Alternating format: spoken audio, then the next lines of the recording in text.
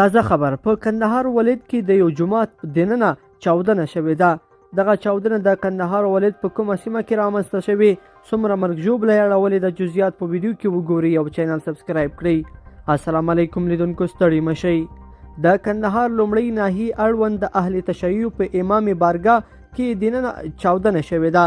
سرچینې دغه چاودنه تاییدوي او وایي تر دې مهاله په چاودنه کې 7 تنه وژل شوي دي او 13 نور جوماتوال ټپیان شوي دي. د کندهار ولایتي مسؤلینو تر اوسه په دې اړه رسنیو ته څه نه دي ویلي. د پیښې د قربانیانو د شمیر د زیاتوالي امکان شته او وروسته به موږ تاسو سره نور جزئیات هم شریک کړو.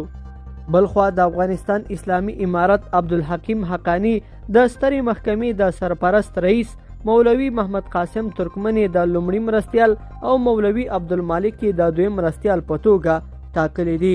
لیدونکو په دې هیله چې دا مطلب به مو راسره تر پایه پورې لیدلی وي. که مو ویډیو خوښه شوې ویډیو لایک کړئ، د سره او چینل سبسکرایب کړئ. تر بیا ښه وخت.